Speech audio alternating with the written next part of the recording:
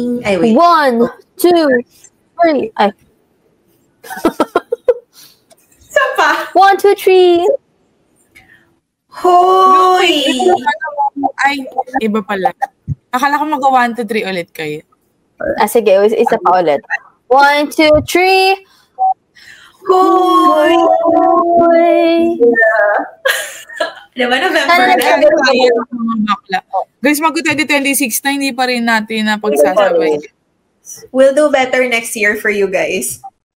Next year. Na para bang unang podcast pa lang natin, pero actually guys, pang 11 na to. Diba nung last episode nga, nakalimutan pa ni Juma anong pangalan ng podcast? Yes. Ganun siya kawalang retention. Kawalang retention. Saan? Yung program. Yung program. Pero, di ba, sana panoorin nyo na lang, please. Salamat. Okay. Thank you po. Okay. So, yung ba? Ito na nga kasi. November kasi ngayon, di ba? Oo, tapos? Commercial.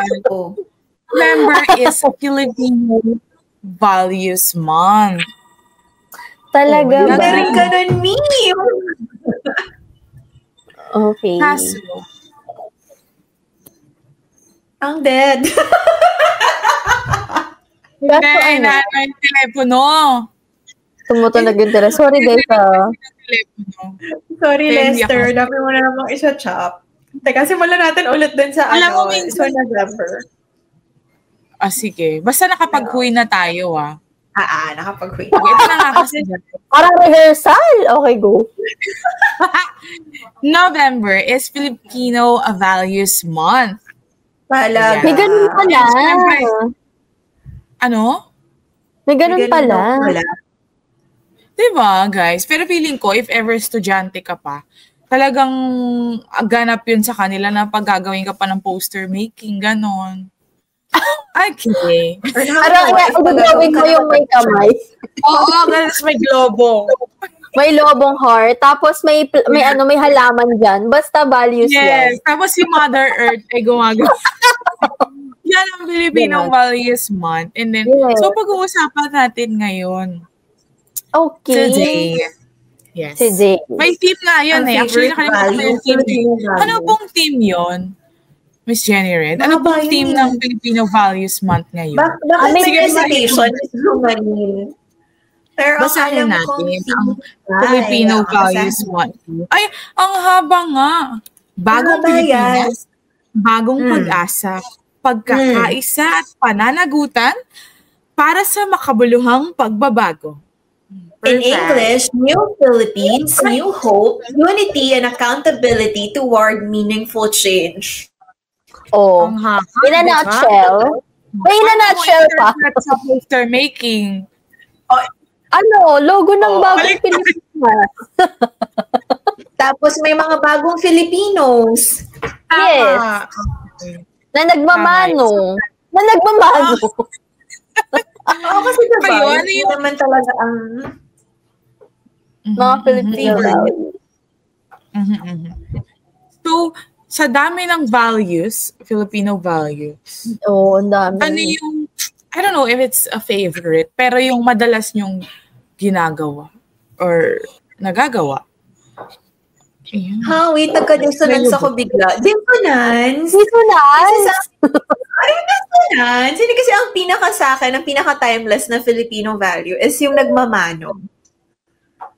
Pero hindi ko na siya masyado nagagawa ever since nawala na yung set ng grandparents ko.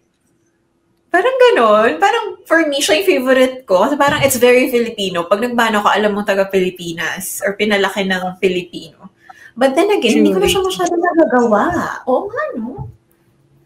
Oo, kayo ba? Nagmamano pag napapagalitan. Magmano ka, wala ka respeto. Oo. Hindi po, pero sa bahay kasi, parang na siya, medyo modern na, hindi na naghahanap ng mano. Pero ang non-negotiable sa bahay, yung po at opo talaga. Bawal ka talagang sumagot-sagot na ganyan. Kailangan may po at opo. Pag walang ganon, yes, ang taas na tingin mo sa sarili mo, ganon. Pag hindi ka nagbubo at opo. May pasas kasi mga tao. Oo, gano'n. Nagbago ka na, nagkatrabaho ka lang. Ay, ano pala to? Naglalabas pa na ng sama ng loob sa pamilya. Hindi mo ba kasama sa Filipino values yung sumbatan? Ay, actually, what if? Honesty. Siguro honesty yun. Hindi pa nanumbat, but It's an enduring Filipino value. Yung come back to you. Yeah. Back to you. Di ba yung kanta? Ano yun? Oo. Ay, so Ate Jen, ikaw ay Mano. Jana, ikaw naman ay Po at Opo. Yes. Okay. Turn mo na. Ano sa'yo, Mi? Ako naman Ano siya? Wala na naman yan. Wala sa lagay. Ayaw niya ng sumbatan eh. Pero nagmamano pa rin ako dun sa mga kunwari. First time ko nakilala yung matanda, kunwari, nagpunta ako sa ibang bahay ng friends ko. Tapos nandun yung mama niya. Hello po, tita. Tapos mga so yung value niya, magiging marespeto sa hindi mo pamilya. Hindi, pag nakilala mo na siguro mga 1 taon, bahala ka na sa buhay mo. Oo. Actually, bakit hindi natin i-point out yun? Why are we so nice to people that we don't know? Kasi wala pa tayong basis ng sama ng loob sa kanila. Oo, baka ito yung evolution of Filipino values. Evolution na tayo? Ano siya? Joke lang, iniba pa nga yung tema. Ano pa ba? Pag nag-evolution pa tayo, magkisimula pa tayo sa pinakauna. Gigil ako sa'yo. Nagtatry pa ako mag-isip ng uniquely Filipino value. Mano, Po at Opo. Like, ano pa? Bayanihan? Actually, yung pagtanaw ng utang na loob, very Filipino yun. You think? Yeah, because it applies to me. It applies to my family.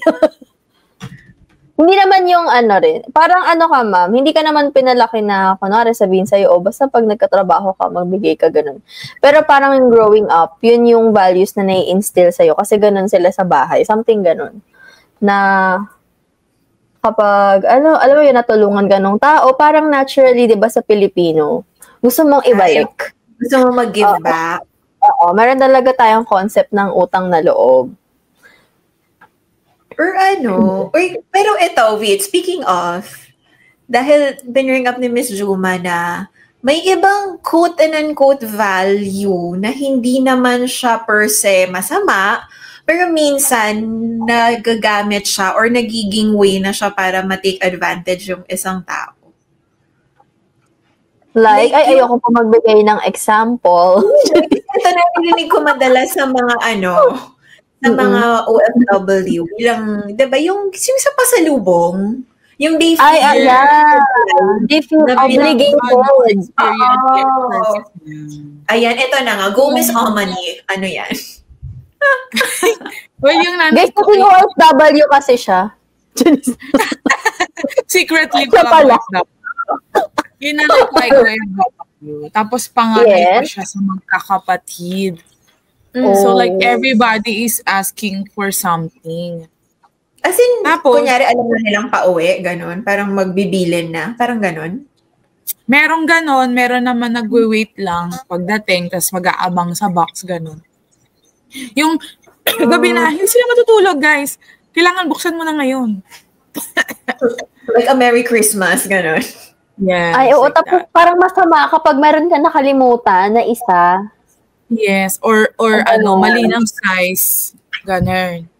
O kaya, bakit dalawa yung kay ganito? Tapos sa akin isa lang. Ganun talaga. So, kailangan pag dalawa for everyone. Parang ganun. Oo. Kasi yun nga, or may dumadaan minsan sa feed ko na parang advice to OFWs na parang wag mo ubusin yung ipon mo sa pasalubong. Kasi parang ang before summer for most, ang laki ng bulk ng ipon nila yung napupunta tuwing pauwi. Sa pasalubong. Oo. Na parang sinasabi nga nung iba na parang hindi naman siya requirement eh. Truly. Mm-mm. And based on that, ano kaya sila? Anak kayo, ganon. So parang based on that, meron na rin tayong mga na-outgrow na mga Filipino values. Diba? Yeah. Sabi nga, bagong Pilipinas. Nasingit pa talaga. Na para ba talagang pinopromote? Parang bayad tayo ng... Kasi, di ba, like for example, yung ginagawa mo, retirement plan yung anak mo. Di ba, ang dami na ngayon nagvo-voice out ng concern na dapat hindi ka anak kasi gusto mo... siya, polarizing topic pa rin siya, di ba? Na parang, sabi naman nila, it goes back to utang na loob, di ba? Parang, so, parang may mga values na tayo na nata-transform along the way. Ang daming inuulit. lahat. Yung unang step sa pag-transform ay huwag mag-anak. Isa pa yan. Isa pa yan, diba? Oo. Ako hindi to, parang na-discuss na to sa ibang episode ng ibang season. Pero kami ni Miss Jomai ay hindi talaga. Like, until now, I think it has been 1 year or 2 years. But our decision, hindi pa rin siya nag-change na ayaw namin mag-anak. Dapat intentional ka, diba? Kung gusto mo magka-baby. Yes. Hindi dahil kailangan mo nang mag-aalaga sa'yo. Mami, sana naririnig mo to. Mami! Parang natin sa mga pamilya yung episode na to. Nananawagan pala. Nananawagan ako. Sana mapanood mo tong episode na to. Joke lang po. So, ayun. Ano pa? Tapos meron pa ka isang take sa pagmamano. Kasi kunyari ako, nasa tita age. Tapos ayoko nagmamano sa akin sa mga inaanak ko. Parang appear na lang, ganun. So, parang hindi sa... Parang ganun, iba na yung take ko on how to raise an auntie, parang ganun. Yung mga, yung mga tita ngayon, no mano na kasi. Nakakatanda. Oo, sabi nila nakakatanda daw pag nagmamano ka. Yes. How dare you? I'm like, ate pa lang ako sa tingin ko eh. Oo. So parang saan tayo lulugar, no? Masama ba yung hindi magmano or masama na magmano ka? Pero, diba? Magpamano sa ninong tsaka ninang. Yes. Non-negotiable naman yun. Kahit anong edad. Paano po? Kung may makukuhang beneficio, nagmamano-mano po. Mano po, ninang. Ninang, parang 10 years na tayo hindi nagkikita. Times 10 na yun. Sabay mano po. Utang na loob din. Yun pala talagang favorite Filipino value, utang na loob. Utang na loob. Parang may utang na loob yun. Litara ka pala, no? Ito po yung listahan ko, Nina. 10 years na. Tapos diba, isa pa yun sa parang gusto rin nila transform na value na hindi naman daw pangregalo primarily ang role ng mga ninang-ninong, pang-guide daw talaga sila. Kaya mo sila kinuha. Ninong-ninang. So, diba? So, parang yung talaga ngayon, yung celebration ng Filipino Values Month. Siguro hindi na para mabound ka doon sa mga pinapaniwalaan natin dati. Parang na siya, kung paano mo siya ipapractice in the modern times. In the modern times. Saka feeling ko lang naman na parang nag-evolve na yung financial knowledge ng Filipinos, especially yung millennials, ganon, to Gen Zs. Na parang, siguro dahil sa internet, mas exposed na sila dun sa different options, different decisions na pwede nilang gawin. Kasi nga may ganong bagay na. Like, mas mapag-aaralan mo na, kunwari gusto mong mag-invest, pwede mong i-search yun, ganon. Mas accessible na sa kanila yung financial knowledge na pwede nila makuha. Kaya, di ba parang ikaw, at the age of, yun pa rin ang topic, at the age of 28, bought a house at the age of 28. At least nalalaman na yung... Babalik pala tayo sa gano'n. Yun pa rin yung update natin, guys. Nagkakalaman na yung bahay niyang nabili niya at the age of 20. Makapang ilang episode kaya bago niyo makalimutan ito? Mag-house tour na tayo. Oo, house na tayo sa house na mag-podcast. Sige. Ala, cute yun! Oo! Talagang dito pa nag-conceptualize ang mga toxilos. Filipino values. Brainstorm. Welcoming to guest. Oo, tapos, ito Hospitable. si Jack Jacinto yung special guest. Kasi nga pag-ibig, diba? Jack Jacinto. Ayoko pa sasama si Lester. Edit out dito. Edit. Naglag. Kailangan natin yung paliwanag bakit Jack Jacinto is equal to Lester. Sa buhay natin. Bahala na. Kayo na bahala doon. Lester, Ayun naman, tadhana may na lang naalala- pag hindi mo. Thank you, pag hindi mo Lester. na-edit, Yun, naalala ko na yung hospitable. Ay, oo. Ay, oo. Ayun talaga. Nakalimutan natin, guys. Na sometimes, stressful din yung hospitable ka, no? Like, yung burden ba na, kunwari may pupunta sa bahay mo, tapos kailangan maging gracious host ka. Kunyari, 1 week magsistay doon. 1 week. Oo, diba? Pero Ganun kasi sa mga provinces, pag natutuwa talaga sila pag merong ibang tao. actually. Tapos yung iba. sabi nga, pag nagluto sa labas ng bahay, Hihingi ang kapitbahay. Ibig sabihin for everyone. importante Talaga? kapag Kayo pa lang lalaki ng... Oo, pero pag sa Talaga loob, ba? itlog ka lang, hindi ka important. Akala ko pag nagluto sa labas, hihingi yung kapitbahay. Kasi sabi ko, Ano na yun? Ano ba lang pala? Wala kasi kaming probinsya. Sorry. Ay, di ba namimili ka ng probinsya? Oo. Guys, baka may meron kayo masuggest. Kasi gusto Region ko 12. Ipapaliwanag na naman natin kung bakit. Ano ba naman natin ba sa Region 12? Oo. Ayun. Wala pong ano doon. Hospital. Dito lang sa Metro. Mga maraming foreigners na gusto pumunta sa mga provinces kasi sabi nila ang bait daw ng mga Pilipino and everything. Kasi hindi sila magkakilala. Fiesta na gano'n. Oh, kain kayo dito. Ay, actually, ang dami nating Diba? values as Filipinos. Tayo yung bansang hindi nauubusan ng values. Values. May isa pa pala akong favorite. Yung happiness. Kasi diba, likas na masayahin daw mga Pilipino.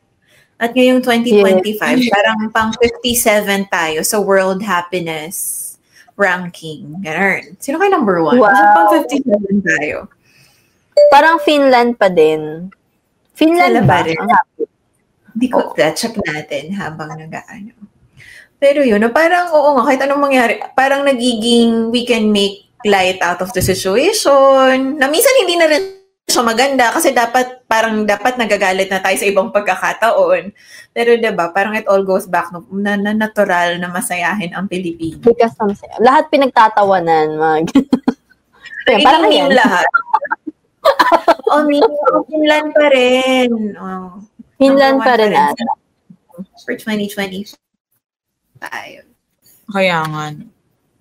Ayun, ano pa ba? Ano pang value? Ako yun lang talaga. Mano and happiness.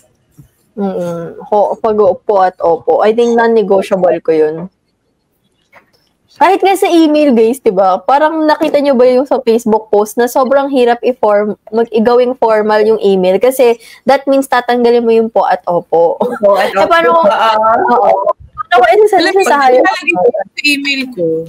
Ako din. Hindi ko talaga inaalis. Talaga? Kahit Siguro kung kilala ko by first name, sabihin ko, okay po, yes po. For your reference po. Noted po. Noted, ganun. Kasi parang ang cold pag wala. Talaga? Para bang may pakialam sila kung cold tayo o hindi. Oo.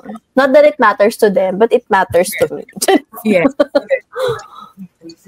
Ayun. So feeling ko, kahit anong mangyari, yung po at opo will never die. Yeah, it will never. Para po, bayad po. Like, as we grow older, like, na-offend kayo pag hindi kayo pinopo ng mas bata sa inyo. Hindi naman. Ay, hindi. Kasi nasanay kami sa generation namin, kami nagpopo. So feeling nyo, pagtandaan nyo, parang hindi kayo masaslight na, ba't hindi nagpupotong batang to sa akin? Ganun. Hindi Hindi naman. Sabay, hindi Talaga? naman. Opo. Ayun na. Opo. Balikan natin tong podcast. Balikan, balikan nyo to. Sabi ko, hindi. Realization. May nagsabi naman sa akin, ate, paying barya. Wala naman po yun, Binigyan mo, na-offend ka. Binigyan ko naman siya. Ang bait naman kasi mapagbigay nga Filipino value na naman yan. Ang pagiging mapagbigay. Hindi na natapos. Speaking of, yung kain. Tara, kain talaga. Diba, alok tayo ng alok. Kain talaga ako. Inalok ka na, sasama ka pa? Oo, kikikain ka din sa plato niya. Tara, kain. Kumain talaga. Yun yung pangit. Nilalak mo na kumain pa talaga. Pero diba, una ko narinig yun. Very Filipino din yun. Saan? Una ko narinig yun. Tapos, tinignan ko yung table. Parang, sa kanya lang naman yung pagkain. Paano kami kakain? Oo, parang nature na lang talaga siya na tara, kain. Kain, gano'n. Kahit wala ka talagang iaalok. Walang sobra, walang ano. Yeah. Ewan ko ba, sa ating mga Pilipino? Ano nga mga... Ay, sige, hindi ko na lang sasabihin. Kasi podcast pala. Bakala ko nag-uwentuhan. Hindi ka nag-aaya. Tara. Sabagay, ako, dito sa office, hindi. I think. Kasi tayo-tayo naman to. Pero pag nasa iba, babalik na naman doon sa tanong ni Jana, bakit mas mabait tayo sa strangers? Oo, bakit tayo mabait sa strangers? Siguro Gawin nyo study yan, guys. Bakit tayo mabait sa strangers? Feeling ko pag kaming ginawa, feeling ko ma-judge ako tapos magagalit siya sa akin. And so pala. Ano naman kung magalit siya sa akin? Diba? Basta naturally nice tayo sa strangers. Napatunayan ko rin yung sa sarili ko. Anong ginagawa mo sa strangers? Anong ginagawa mo sa strangers? Oo, bakit sobrang nice natin sa ibang tao? Yung hindi natin kilala. What if yan or baka kasi, isa siyang hindi, very talaga. Diba? Like, kahit hindi naman siya very important person, hindi siya VIP, basta ibang tao. Baka gumanti kasi. Gaganti? Kamuti. Kumain. Basta, diba? Ganun ka. Or magandang next topic yun. Tingnan natin kung ano malalaman. Kailangan natin mag-invite ng sociologist. Sociologist. Oo. So, baka psych-socio. Tingnan natin. Both? Hanapin natin sa internet. For teaser ng next episode. Next episode, we will invite Nurse Yoli to talk about Usapan, psych, socio. Ba't naging nurse yun? Alam ng Tita Yoli ko yan. Tita Yoli, ng aming... Sabi ng Google. Okay. Sabi ng Google ay... Ano sabi ni Google? Due to an incentive to build a positive social image and the lack of baggage from past conflicts. Ayun nga. In fairness, tama tayo. So, people pleaser nga. People pleaser. Like, sana maisip niya na mabait ako at hindi ako masama. Tsaka hindi pa kami nag-aaway. Oo.